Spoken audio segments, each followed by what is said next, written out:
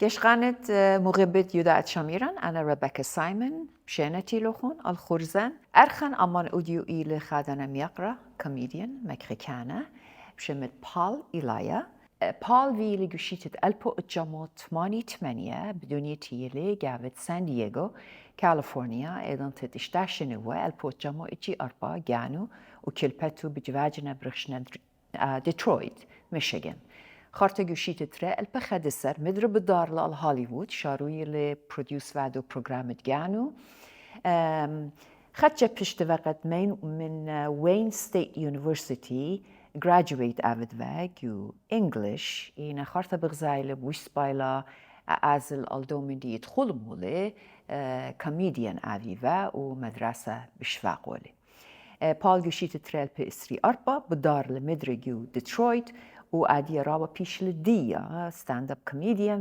ویل ودا شولان خینه جو فیلم ویل داوولا و همزمتن ودیوب دویا منو واسط خیوتو خلمو مو بیای لعابد. Paul, welcome and thank you so much for joining us at Shamiran. Wow, what a intro. You knew everything. You knew my whole life. Wayne State. Well, we'll find out more. Yeah, great. Thanks for having me. Paul, when did you realize that you had a funny bone in you? I was always funny when I was younger, and I always liked humor. And a lot of it started when I moved to Detroit, and I would get bullied a lot. A lot of the kids would stop bullying me when I started doing impressions of other people. So to get people to like me, I would do impressions of other people in the neighborhood and other people in school. And then people would be like, oh, Paul's funny. So I used it as a way to connect with the community I was in. And then I just got really good at impressions. And then I started doing impressions like my mom would come home from work and my mom's like, you know, she had a really long day of work. And I'm just like, maybe if I do some impressions, I would like make her feel happy. And I would do it to just cheer her up. I'm like, Mom, who's this? And I do an impression of my dad. And then she goes, yeah, that's your dad. God. It was a defense mechanism, right? Having people like you and befriend you, and for you to just be more liked. Yeah, that's also like I felt the most myself when I was being funny. So, in hindsight, I started to look at it and I was like, wow, a lot of my defense mechanisms, that's the most I felt me, was when I was doing that. How does being funny impact your life? How does it make you feel like, and how do you perceive other people when you're funny, how they perceive you and how you come across to them? In a lot of ways, I look at just being funny and humor as also being honest. Like if being funny is like the big headline, there's so many mini sublines in that, and one of them is just being really honest. So I feel like everyone can appreciate honesty. Like I'll say something, like even when we were doing the panel and we were sharing the microphones, I was like, do we not have enough money for more microphones? And it's just, everyone just started to like laugh, and it's just like, it is an honest moment. So in a lot of ways, being able to tell the truth funny, that's funny. So that's what I'm trying to lean towards. Absolutely, and I think you've brought about a lot of Middle Eastern ways of living and thinking and acting, and all of us Assyrians have grown with family members that you portray, but we're not aware of them until you come on stage and you talk about them, and we realize you reveal that truth about who we are, and we say, things that are in our subconscious, in our psyche, but we're not aware of them. And you bring about that awareness through your honesty, which is very much appreciated. Mm-hmm. Thank you. Thank you so much. Appreciate that. I've realized through you and other Assyrian comedians that our mothers have been very impactful. They have a lot of you comedians base your comedy on the character of your mothers. Do you find that to be true? It varies. I mean, there's a lot about my mom that I center around my comedy, and a lot of it is like I'm celebrating my mom. And a lot of it is a celebration of her. And it's like talking about how my mom was, how tough my mom was, the things my mom had to go through, the things my mom would say. And a lot of it is, using her as a tool to celebrate her in a funny way. Like I am very careful of how I'm portraying my mom. I don't want to just use her and be like, look how silly this is. And I want to do something a little more elegant with that. Like I was talking to someone and they asked me innocently, they're like, so let me ask you something. When you make fun of your mom and you bring her up so people can laugh at her, and I was like, hang on a second. This is not the framing. I'm not bringing up my mom so people can laugh at her. I'm bringing up my mom so people can think. I'm trying to get people to think. I'm trying to get people to feel. And then think and feel first and then laugh second. So that's how I want to portray my mom. And it's like we're living in this world where people are going to listen and look at things years later. So what do I want to leave? Like, what kind of message do I want to leave my mom? My mom's not on TikTok. My mom's not on posting videos, speaking on her behalf. So I'm like, I feel like I'm speaking on her behalf. I'm trying to tell her story. And I want to make sure that I'm doing it in a very meaningful, honest way. As a mom of 3, my kids make fun of me in a very gentle and cute way. Great. It's because I'm the center of their universe. And making fun is kind of like, mommy, we pick on you because we love you so much. You have your own unique ways. And that's why I talked about how you interject your mother in your comedy, which is really pretty. Thank you. I really like it. Now, Paul, you mentioned in one of your interviews about pushing the envelope and taking risks. What did you exactly mean by that, and what kind of risks did you take? I just think we have such limited time on earth before we meet God, And while I'm here, I just want to be as honest as I can be. And being so yourself and so honest is very risky. Because I think when you really say what's on your heart, it can offend a lot of people. It could hurt you, maybe business-wise. And I just feel like if I'm going to have a microphone and people are going to show up to hear me speak, I want to really feed them something real and unique and honest. And I feel like those were the things that were so risky to do. I was having such a hard time talking about these subjects, and I would get so worked up over just trying to find a way to communicate it. And then I would take the easy route where I'm like, oh, let me just can I curse? Can I curse here? Is there swearing? I don't personally curse at all, but I don't limit my guests. Okay, great. Well, there's a lot of I'll do comedy, and then I'll be like, there's a lot of bullshit I can say that is so funny, and people are laughing, they're having a great time, and I'm like, all right, let me feed them something a little more meaningful. So pushing the envelope, I think, is just being as honest as you can be. So that's what I meant by pushing the envelope and taking risks, because it's so risky being vulnerable because you have nothing to hide behind. To tell a group of people exactly the things that your deepest insecurities, the things that make you feel so much shame, to be able to talk about that and give an opportunity for people to really see you, that's so risky. And to make that funny, I think that's magic. And that's what I'm trying to do. I see now what you mean by risk. Although you're right about areas where comedians are no longer allowed to go. There have been, a lot of comedians have also talked about that and have criticized the times of not being able to talk about race, nationality. Well, you talk about Middle Easterns because you are one, so you're more accepted in saying that. But a lot of comedians are having issues with not being allowed to be completely honest in a funny way. I think that's okay. You can go there, but I think our society has rejected that to an extent. And I think it's difficult for comedians to just curtail themselves, to put themselves in boundaries and in boxes. Yeah, and honestly, there's a part of me that's like, then I don't want to do this then. If that's how it has to be, then I'm just like, I'd rather do something else where I can just be real, you know? And like, I tell a lot of young comics this too. I was like, you can say whatever you want, but it has to be funny. If it's funny, that's the pass. If you say something offensive, is it more funny than it is offensive? And I think the comedy court and that's why Dave Chappelle is the best to ever do it, because Dave Chappelle will touch subjects that are so off color. People are like, whoa, but he's able to make it funny while he's also being honest. So I look at that as a standard, you know? Dave Chappelle definitely pushes the envelopes, and in many corners, he's very much accepted and appreciated.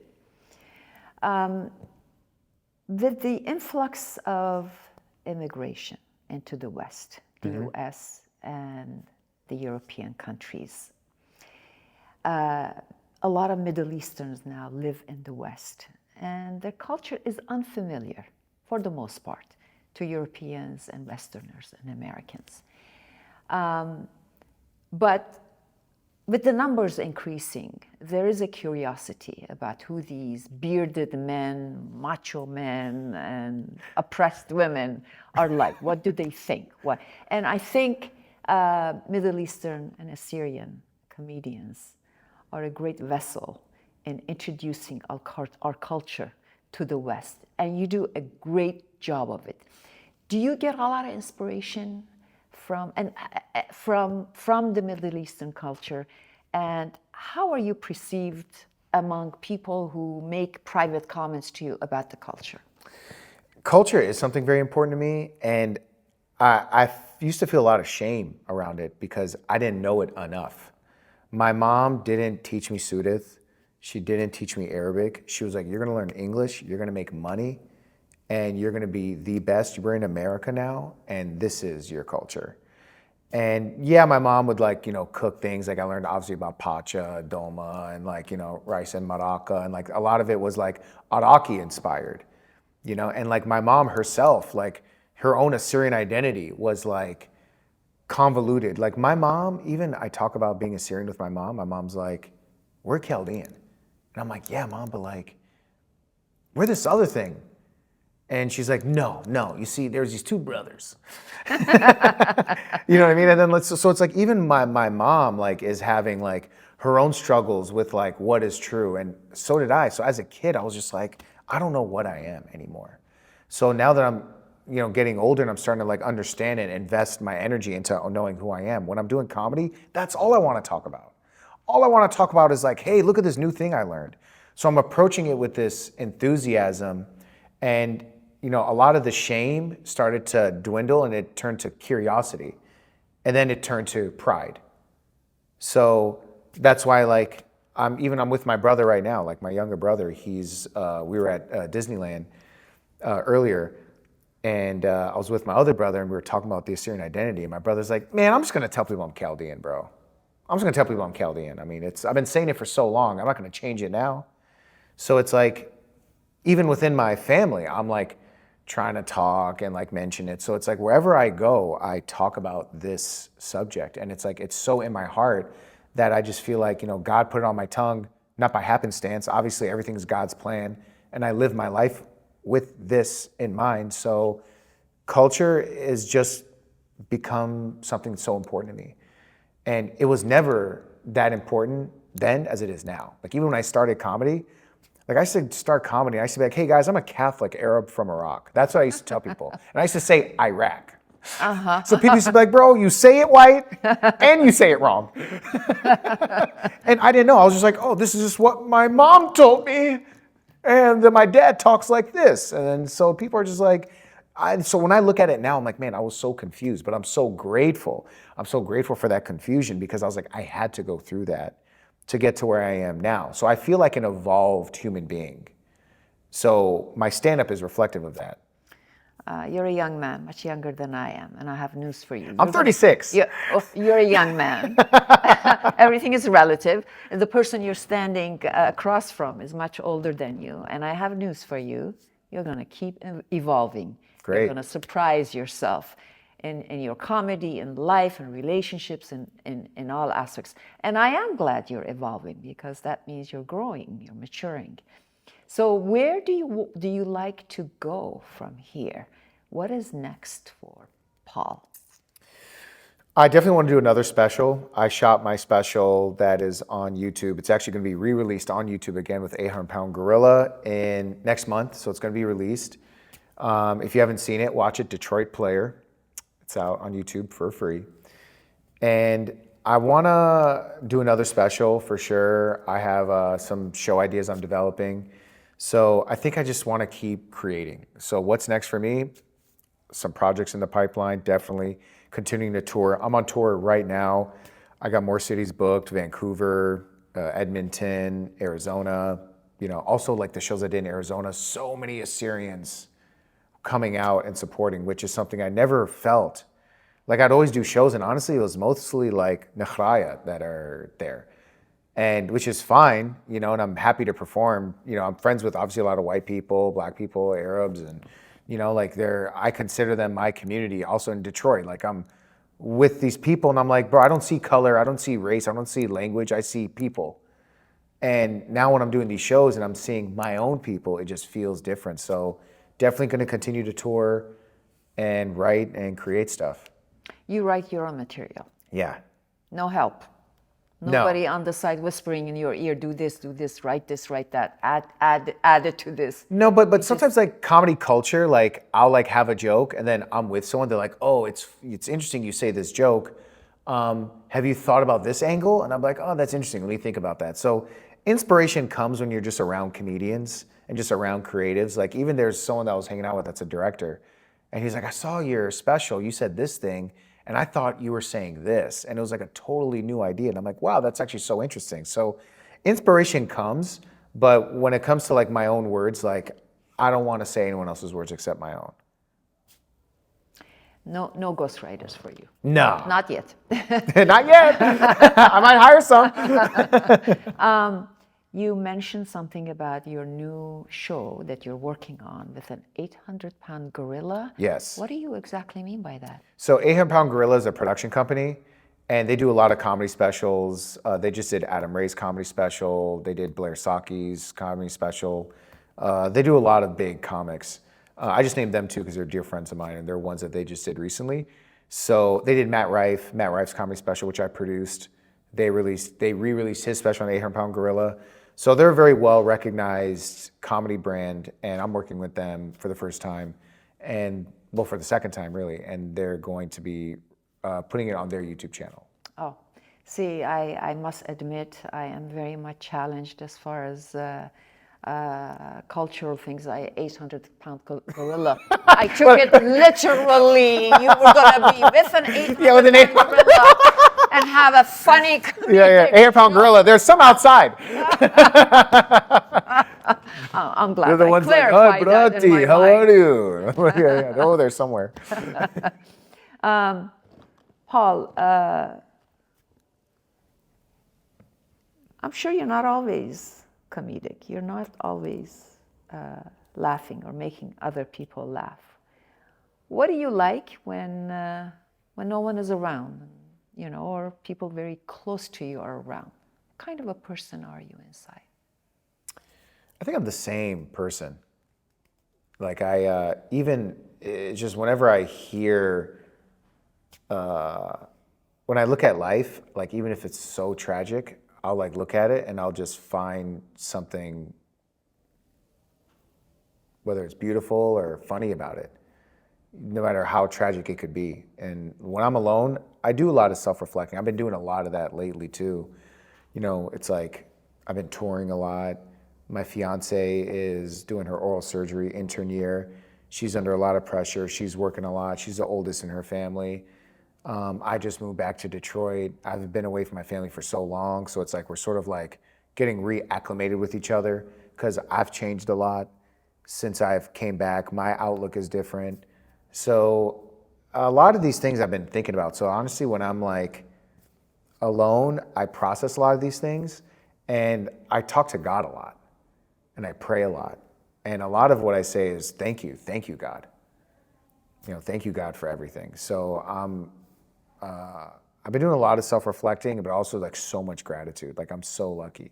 Like even I could be here and perform for my people is such a privilege, really, and it's a blessing, and I'm very grateful for that. So yeah, I've been doing lately a big state of gratitude. Are you comfortable talking about your fiancée and the new life you're going to start? Who is she, this lucky lady? Of course. She would be mad if I didn't. Okay. Yeah. Glad I asked. Yeah. She goes, why did she ask you to ask me? I don't know who she is, but so I'll tell you she didn't say anything. Okay, great. Yeah. If she did, it's fine. Yeah, she's amazing. Her name is Elia. I met her in Los Angeles. I was at this point in my life where I was just like, I just want to meet someone that I can be with forever, and the bar was set so high for me because I was always like, man, how amazing would it be to meet someone that has the same qualities as my mother? Hardworking, cares about their family, believes in God, good head on their shoulders, selfless, all these things that I like hold so valuable, so many of these admirable qualities that my mom had. And then I met Ellie, and she had all those qualities.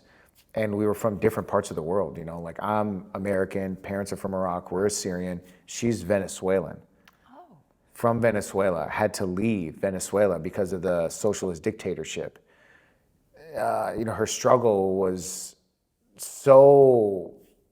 it's such a struggle. And then I looked at her struggle, I'm like, wow, this reminds me of my mom's struggle.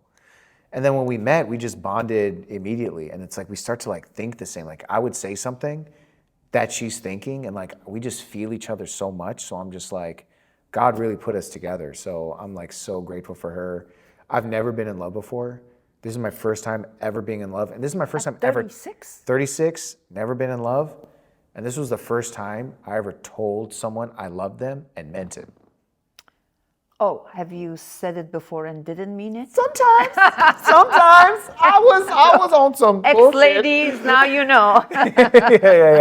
Yeah. It was only one other time, and I was forced to say it. But this time it was real and organic. Forced to say it to your mom or? Oh no! It was like a girl I was dating, and then she was like, "I love you." And then I was just like, "Okay."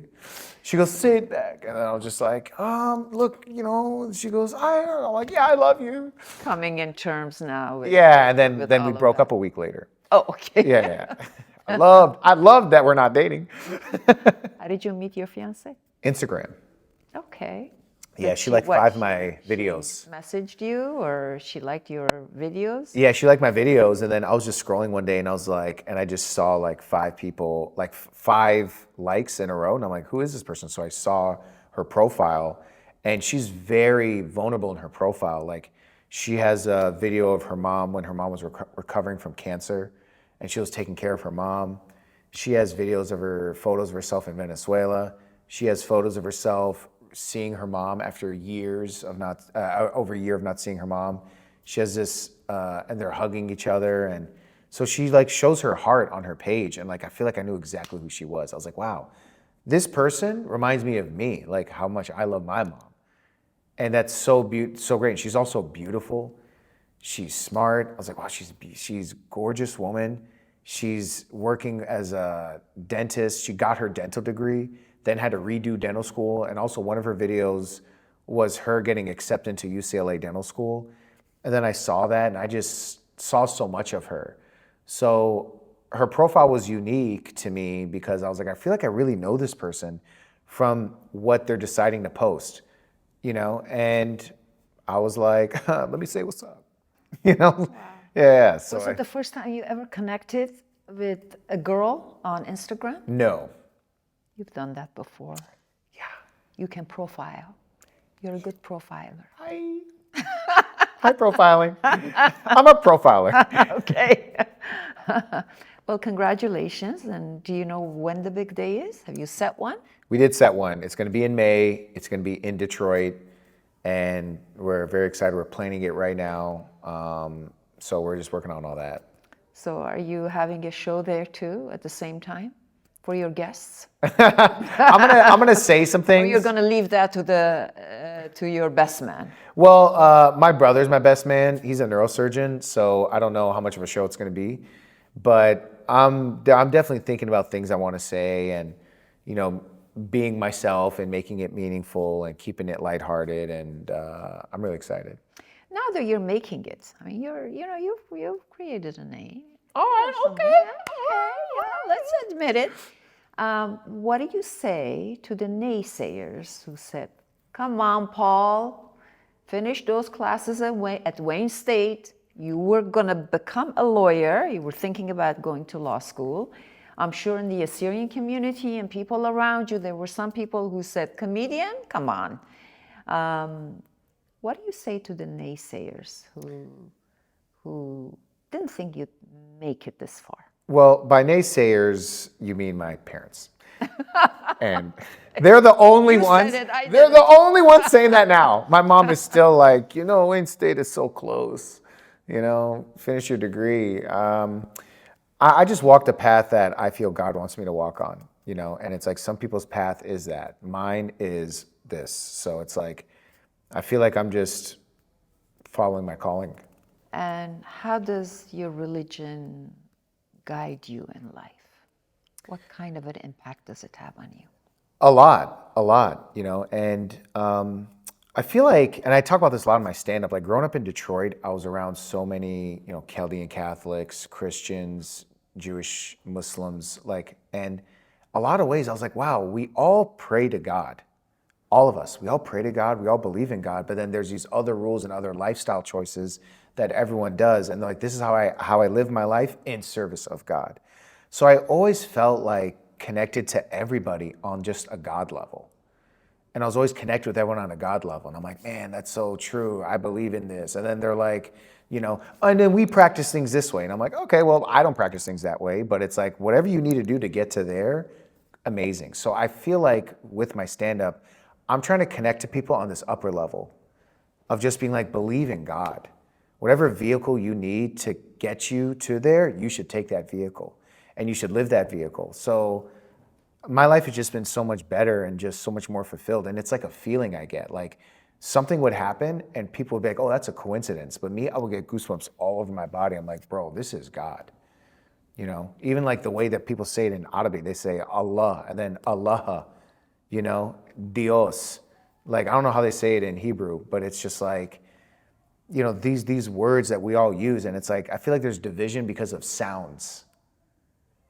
And me, I was like, no, man, we got to look past that. So for me, I'm really such a pro, advocate of believing in our Creator and knowing that we are created and we are in service of God. So that's how I live my life, and I talk about it as much as I can.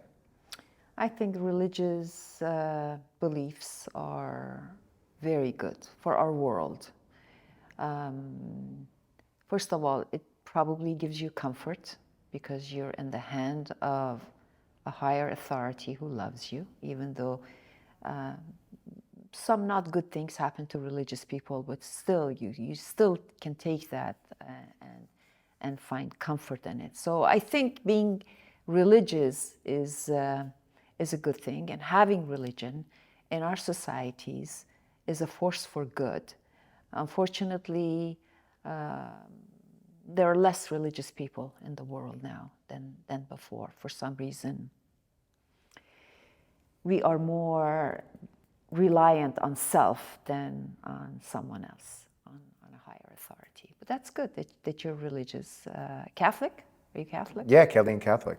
Very good. And a lot of people, they'll like look at religion and they'll just like rebrand God. I'm like, when did God become energy? I'm like, when did God become the universe? People say, the universe, you got to trust in the universe. And you know what I mean? And I'm just like, cool, that's fine. You want to use the word universe, you want to use the word energy, whatever you want to use to get you to there, I'm all for that. Well, there's some who say, as people, we always need to have a higher authority for ourselves. And when it's not God, religion, you make something. You make the earth as your higher power. You make government as your higher power. You make something. energy, whatever you want to call it.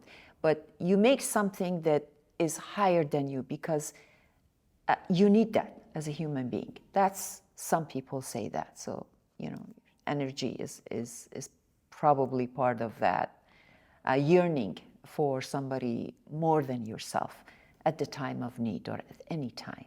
Yeah, and then, the people who do decide to take that dive into religion and go through it, and it's like, obviously the various Abrahamic faiths and other faiths and the prophets that God has sent to us, it's just like if you look at the teachings of Jesus, and it's just like, it's really a guide of how to be. And it's like, I choose to live my life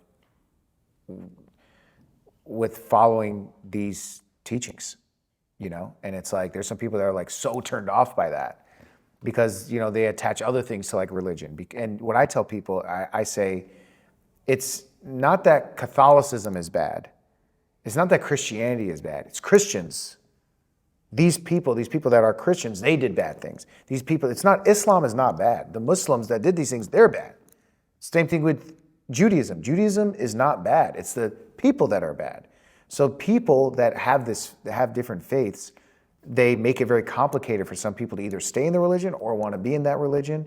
And then it's like, when you look at the text, when you look at the book, when you look at the things that are said, most of it is said, it's like, bro, this is spreading love. And that's how I choose to live my life. And it's like, I choose to live my life as a Chaldean Catholic. And it's like, when I go to church and I hear the scripture and the scriptures recited to me, everything is said of like, live in love and service. And that's my takeaway from it. Some people will look at it and they have such a reaction. They're like, no, man, this is trying to control me. This is this. Why is the church so corrupt? Why are the priests doing this? Why is this happening? Why is there so many terrorists? What about these people that are killing? So it's like, people have such strong reactions to things. And it's just like, I feel like the best angle to go around all of that is to be like, let's talk about God for a second. So that's which I feel like is something so universal that everyone can agree with. Like, even I was doing a show where I was like, one of my jokes in my special, I say, I believe in God. And I just let that sit for a second. And I've said that, and I've literally felt the room change by just saying, I believe in God. And then I'm like, by the way, I don't judge anyone in here on what you believe. Whatever you believe is between you and God. And then people wait for a second, and then they're like, oh, he's basically I'm saying, look, I understand. If you don't believe in God, that's between you and God. Regardless if you believe in God or not, God is. That will never change. So even if someone's like, I'm an atheist, like, I was talking to a guy who's an atheist. He said, he was like, he goes, I don't know, man, I have a hard time. I just feel like there is no God. And I was like, that sentence is not fully correct. You got half of it right. There is no God, but God. God is real. There is God. And God sent his son. These are the teachings. And then people start to go down and start to learn the teachings. Who's God's son? What is the things that I'm being taught? So in a lot of ways, I feel like if I'm using my platform, I do want to spend time talking about this because I care about this so much. And I think about this a lot.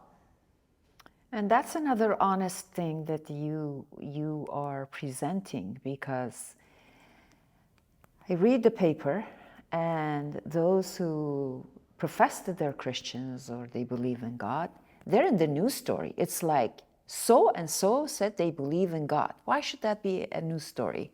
But it is, because of what's happening in our country, where beliefs are not always welcome, not by all groups. So it's interesting that you profess you're honest, and some may even say you're courageous in saying that you do believe, you're a believer. And that's wonderful.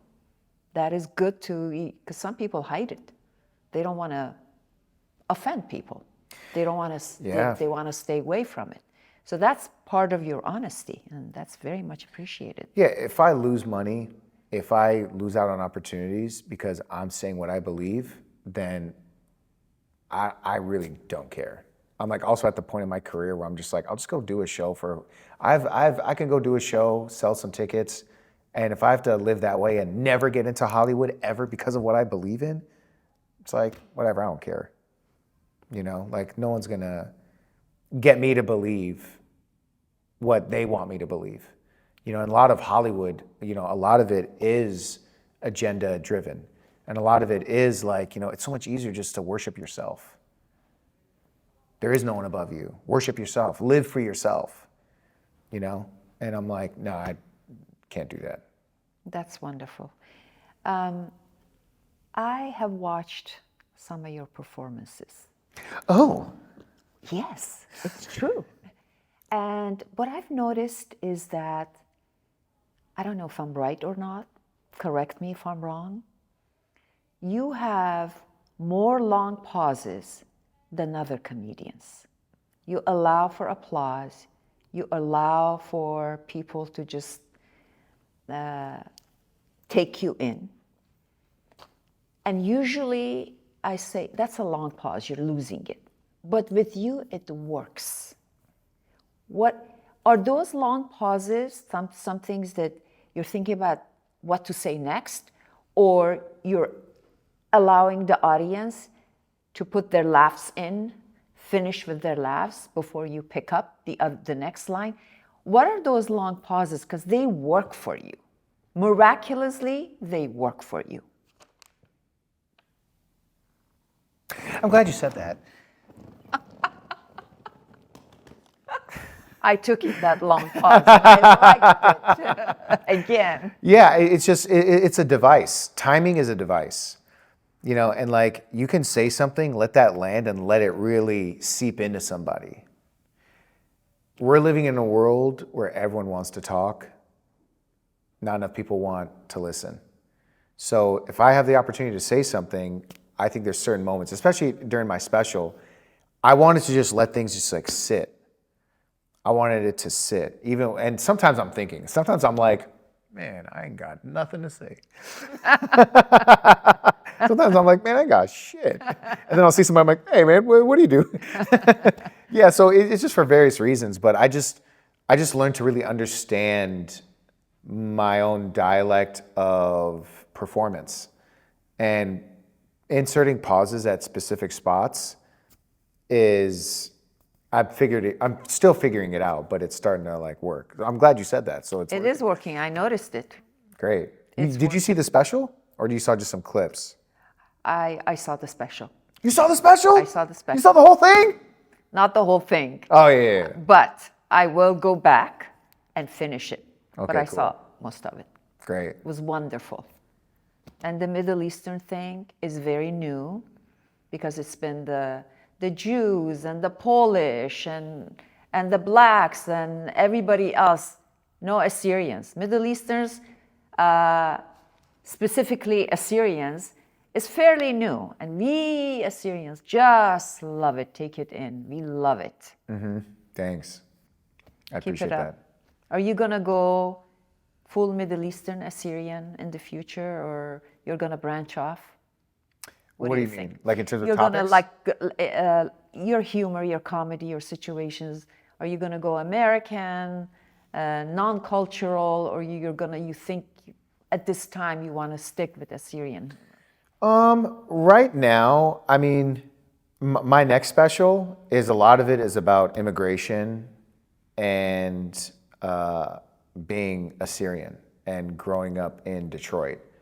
And so a lot of it is about that. And then I have another special there. It's just about my relationship with Elia and how we met.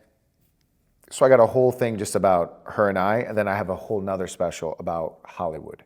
So I have these three specials that I'm cooking right now, and I'm based with Detroit Player as the nucleus. I'm trying to create a trilogy. Or what's four? Is a trilogy more than three? Trilogy is three, I think, isn't it? Then what's the four? Quadrilogy? Quadruplogy. I'm making a quadruplilogy. Why not? Let's be creative. Yeah. So, yeah, something like that. So I'm doing this. So yeah, definitely the center of a lot of my comedy now is identity. And it's like, I talk about immigration. The idea about immigration is the identity. And it's like, whoa, immigrants, like, you know, what do? Do they wash their identity in order to blend in? You know, like a buddy of mine, Azur Usman, who's a collaborator of mine, dear friend of mine, very funny comedian, brilliant actor. I'm working with him a lot. And he was on the Oprah show, I think it was after 9/11 happened. And Oprah basically made some comments. She goes, America is a melting pot. It's a melting pot of people.